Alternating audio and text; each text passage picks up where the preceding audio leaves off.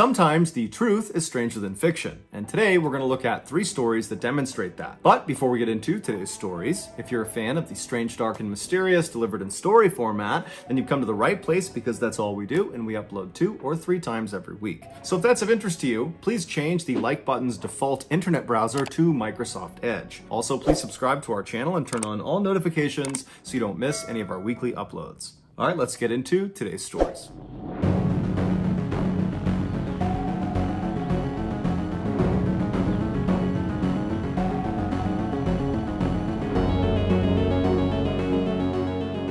In 2019, Meg Maurer was a 21-year-old senior at Tulane University in New Orleans, Louisiana. She was studying ecology and evolutionary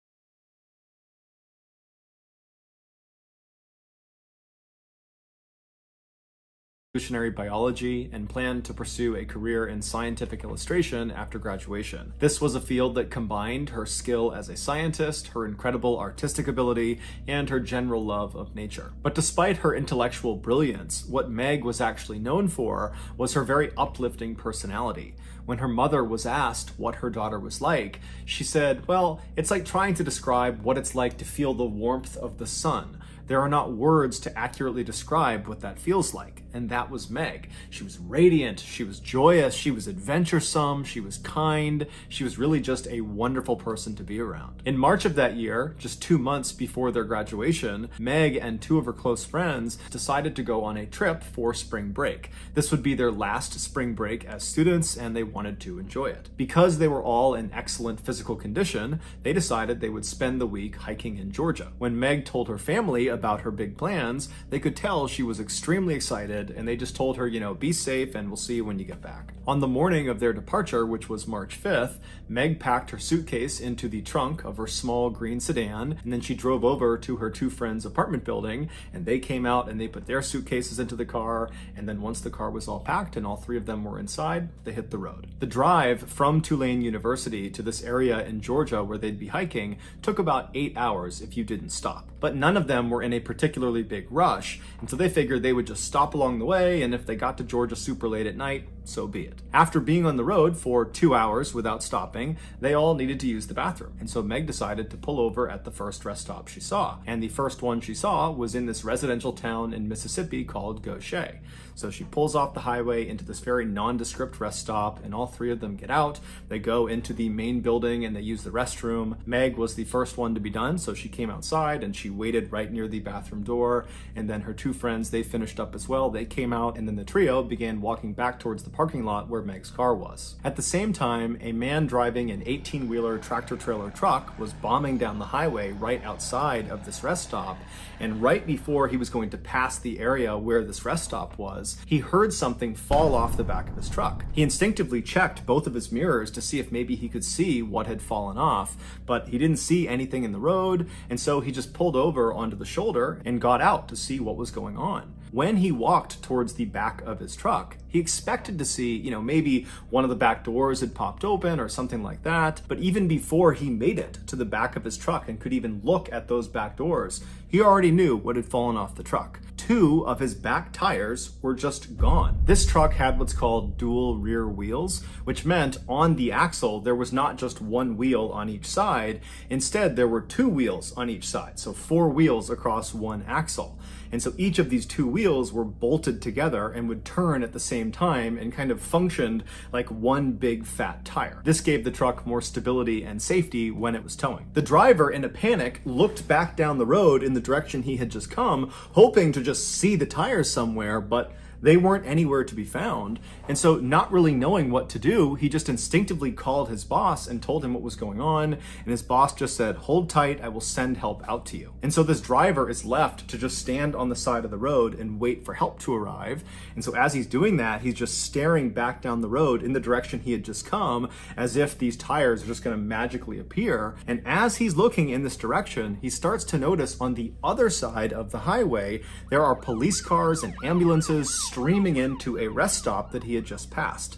and it was the rest stop where Meg and her two friends had been. It would turn out when these two tires became dislodged from this truck, they went careening across the highway to the other side, across oncoming traffic, all the way up into this rest stop, and they crashed directly into Meg right as she was climbing back into her car.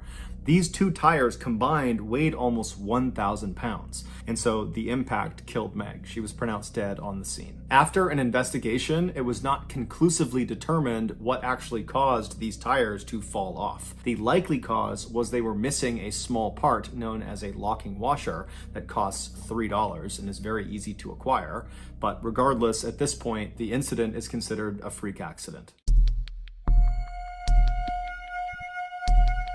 In January of 1997, a very accomplished and Ivy League trained American chemist named Karen Wetterhahn started experiencing tingling in her lower extremities. Now, it was uncomfortable, but it wasn't enough discomfort to warrant going to a doctor or really being concerned about it. She figured it was just something kind of minor and it would go away on its own. But shortly after this tingling began, Karen started noticing she was having balance issues. She would be walking down the hallway at the university where she worked when inexplicably she would just lose her balance and start stumbling and would either fall to the ground or would have to lean up against the wall to steady herself. She tried to convince herself that she was just being clumsy or that she was just really tired and that's what was causing it. But shortly after these balance issues presented themselves, Karen was hit with a host of other health issues. Her speech became awkwardly slow and slurred. She began hearing this white noise ringing in her ear that just wouldn't go away. And her field of vision drastically narrowed to the point where it was like she was looking through two toilet paper rolls. Karen's husband brought her to the hospital where she underwent this very lengthy and involved examination, which involved spinal taps and brain scans to try to figure out what was going on, because at first, none of the doctors had any idea. After the testing was complete and Karen was sleeping in a hospital bed and her husband was sitting by her side, a doctor walked into the room with a clipboard and he had this odd look on his face, like the news he was about to deliver he didn't really even understand. And so he consulted his clipboard one more time, looking at some paperwork, and then he looked up and he looked at Karen, and then he turned to Karen's husband and he just says to him, "Sir, does your wife have any enemies?" It would turn out Karen was suffering from a severe case of mercury toxicity. Mercury is a naturally occurring metallic element that is poisonous to humans in all its forms. And Karen had so much mercury in her body, in fact she had 80 times the toxic threshold, that doctors believed this had to have been an intentional poisoning, that someone must have attacked Karen trying to kill her with mercury. But Karen's husband said, I don't think my wife has any enemies. And then when Karen ultimately woke up, she reiterated that sentiment, that she did not have any enemies. The doctors, who knew Karen was a chemist, they asked her, have you had any recent exposure to mercury? And through slurred and difficult to understand speech, Karen would say that she had. In fact, over the last 6 months leading up to this hospital visit, Karen had had lots of exposure to mercury because she was actually in charge of this huge $7 million research project that was looking to investigate the effects certain metals had on human health. And one of the metals she was studying was mercury. But Karen assured the doctor that anytime she handled any of these metals, she was always very, very cautious, especially when she handled mercury because she understood how hazardous it was. She said she always wore the proper protective equipment to make sure none of the substances made contact with her skin, and she worked under this big chemical hood, which is like a big vacuum, to ensure she didn't accidentally inhale any of the toxic fumes that came off of these metals. The doctor was totally stumped and went silent for a second, and then Karen at some point broke the silence by saying, well, there was one time I did have a spill with mercury, but it was totally meaningless, and I haven't thought about it until just now, only because we're trying to figure out what happened. She would go on to tell the doctor about an incident that occurred 5 months earlier. She had been working at her lab at the university where she was employed when she accidentally spilled 1 or 2 tiny droplets of mercury onto the top of her left hand near her thumb. Now, she was wearing all of the prescribed protective equipment, including latex gloves on her hand, and so when she saw these droplets on her hand, she wasn't concerned for her health. She just followed procedure. She stopped what she was doing, she wiped the droplets off, and then she left her workstation, she threw away the contaminated gloves, she thoroughly washed her hands, and then put new gloves on, and then just went back to work and didn't think much of it. The type of mercury that Karen had spilled spilled on her hand was called dimethylmercury. This is not the same thing as the shiny silver liquid we see in old thermometers. That is a hazardous substance, but it's nothing compared to dimethylmercury. Dimethylmercury is a clear liquid that is considered to be one of the most toxic substances on the planet. After hearing this story from Karen, the doctor agreed that overall this did seem like a kind of meaningless event because she had followed all the proper procedures and those droplets had landed on her gloves, not on her skin. But since they had no other leads to operate on, he thought it would still be a good idea to test to see if dimethylmercury could penetrate through latex. And sure enough, after they ran some studies, they found it could. In fact, the latex gloves that all these scientists were told to wear when handling this particular substance, they did nothing. The dimethylmercury would penetrate through the latex in seconds. But even though they had just solved the mystery of how Karen got mercury toxicity in the first place, what no one could understand was why Karen was still suffering from the effects of mercury toxicity if her only exposure to it was 5 months earlier, just that one time. Typically, people who have mercury toxicity, they will get better as soon as the source of their toxicity is removed. Meaning, when the mercury goes away, they get better. And it's because the mercury kind of pools in their bloodstream and their body will naturally excrete it and they'll get better. But unfortunately for Karen, it would turn out dimethylmercury is a little bit different. It's far more lipophilic than other types of mercury.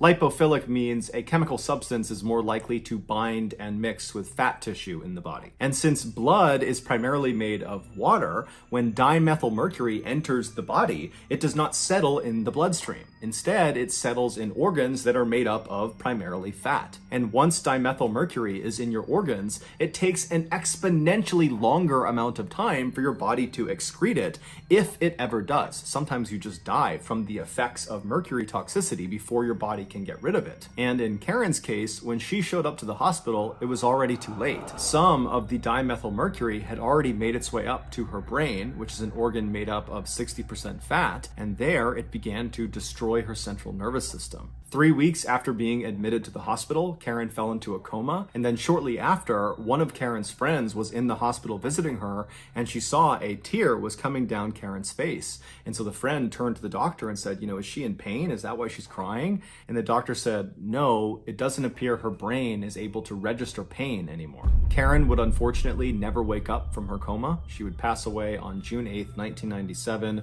roughly 10 months after those little droplets of dimethylmercury landed on her latex glove. In the 1850s and 1860s, Edwin Booth was the man. He was this extremely famous American actor who basically anywhere he went in America, people would know who he was. He was extremely recognizable, a household name, an A-list celebrity through and through. But his acting prowess and his career and his fame, those are not the things we remember him for. In early 1865, when Edwin was 31 years old and was at the height of his acting fame, he walked into a New Jersey train station and walked through the building to the actual platform where the trains are. And as soon as he turned a corner and actually saw the train that he wanted to board, he very quickly realized that he probably was not going to get on that train. There was already this huge throng of people out on the platform pressed up against the side of this train, and they're all waving their arms around and yelling. And in the middle of this big group of people with his back pressed up against the train was the train's conductor, whose job was to sell tickets in addition to driving the train. But from Edwin's perspective, it seemed fairly obvious based on the conductor's body language and what some of the people in the crowd were yelling that there just weren't enough tickets. That's why this big unruly group had formed, because all these people were rushing forward trying to buy one of the last few tickets. Now, Edwin could have very easily just walked up and announced himself and shown his very famous face, and almost certainly he would have gotten a ticket. But to this point, Edwin had not been recognized in this train station, and so he wanted to keep a low profile, and so he decided against that idea. Instead, he decided he would just kind of join this big group and, try to flag down the conductor and try to buy one of these tickets, and if he didn't, so be it. And so Edwin, instead of going to the back of this group, he went around to the right side, close up against the side of the train, and right as he got to the outside of the group and he turned in towards the group, he looked up at where the conductor was, and he saw the conductor turning around and walking back into the train. He had clearly sold all of his tickets, and so anyone who had not purchased one yet, like Edwin, they were out of luck. They'd have to wait for the next train. Edwin was about to just walk away and wait for the next train when he noticed the crowd in front of him. They didn't disperse like he was doing. Instead, they all seemed to kind of surge forward towards the train, which was now moving. And as they pushed forward, as if they were going to jump onto this train, even though they didn't have tickets, one man who was towards the front of this group, right up against the train, he falls to the ground and gets trapped halfway under the train. His lower half was literally on the tracks under the train, and his upper half is now under this big crowd of people that are now trampling him. And so Edwin can see very clearly that if someone does not grab this guy and pull him out soon, he's gonna get run over by the train. And so Edwin, without any hesitation, he jumps forward onto the ground on the platform, and he reaches his hand out through the feet of all these people in this crowd, and he grabs the collar of the guy who had fallen, and he pulls him. And as he's pulling him, this guy who's on his back, he starts pushing with his legs and his feet, and within about a fraction of a second, they yank him out from under the train, and the guy who had fallen and Edwin are lying on their backs on the platform. And before they could even talk to each other, they sat up and watched as a big train wheel rolled over that piece of track where this guy had just been laying. Edwin had saved his life. The guy he had saved was a 21-year-old named Robert. And so the two of them, they stand up and they face each other for the first time. And when Robert sees Edwin, he gasps because this is Edwin Booth, the mega celebrity. He could not believe that was the guy who had just saved him. And while Robert was very thankful, he also was just totally dumbfounded at the absurdity of the situation he was in. And so eventually Edwin just says, hey, I'm glad I was here to help you. No big deal. Next time be more careful. And then at some point, the men just shook hands and parted ways. Edwin would eventually get on the next train and he would go wherever it was he needed to go. And before long, his very busy schedule kind of occupied his mind and he had kind of forgotten about what happened on the train platform. But a few days later, Edwin got a letter in the mail from a very high-ranking government official thanking him for saving Robert's life. Because it would turn out Robert Lincoln was the eldest son of the then President of the United States, Abraham Lincoln. Now, to be clear, Edwin was extremely famous and had lots and lots of influence and knew lots of very important people, but he had never had any interaction with anyone in the Lincoln family before he met Robert on the train platform. So it was just a crazy coincidence that this mega celebrity happened to save the life of the president's son. But this coincidence was nothing compared to the coincidence that occurred next. On the evening of April 14th, 1865, so roughly 3 months after Edwin saved Robert, Robert's father, President Lincoln, sat down in a private seating area to watch a play at a Washington, D.C. theater. During the production, at around 10:15 p.m., a man snuck into the private seating area and shot the president to death. The killer was Edwin's younger brother, John Wilkes Booth. This assassination had nothing to do with Edwin or his interaction with Robert on the train platform. This was an assassination that was formulated and carried out completely independently, meaning it was purely coincidence that just a few months after Edwin saved a Lincoln's life, his own brother took a Lincoln's life. So that's going to do it, guys. If you found the secret in today's episode, let us know in the comments section what it is and where you found it. And if you're the first to do that, we'll pin you at the top of the comments section. If you got something out of today's episode and you haven't done this already, please replace the like button's default internet browser with Microsoft Edge. Also, please subscribe to our channel and turn on all notifications so you don't miss any of our weekly 2 or 3 video uploads. We are now selling merchandise like flannels and hats and sweatshirts and mugs and all sorts of stuff. If you're interested, go to shopmrballen.com. If you want to learn about upcoming deals and promotions in our shop, go to our shop's Instagram page. The username is shopmrballen. If you want to get in touch with me, you can direct message me on Instagram or on Twitter. My username for both platforms is the same. It's johnballen416. I also have a ton of content over on TikTok where my username is MrBallen. We also have a second YouTube channel called MrBallen Shorts where we post random short videos and lost episodes. We also have a Facebook page called MrBallen where we post condensed versions of the videos you see on YouTube.